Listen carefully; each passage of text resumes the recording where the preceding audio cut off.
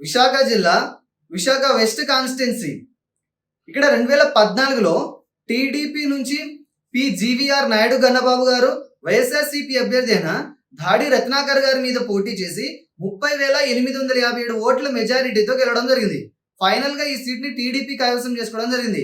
ఇక 2019లో కనుక మనం ఒకసారి ఇలానే చూసుకున్నట్లయితే ఇక్కడ టీడీపీ నుంచి ఈసారి కూడా జీవీఆర్ నాయుడు గన్నబాబు గారు వైఎస్ఆర్సీపీ అభ్యర్థి అయిన మల్లా విజయ్ ప్రసాద్ గారి మీద పోటీ చేసి 18,981 ఓట్ల మెజారిటీతో ఈసారి కూడా ఈ సీట్ ని టీడీపీ కైవసం చేసుకోవడం జరిగింది.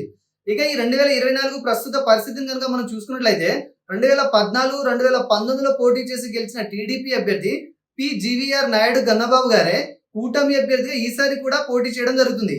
ఇక వైఎస్ఆర్సీపీ నుంచి ఆనంద్ కుమార్ గారు పోటీ చేయడం జరుగుతుంది.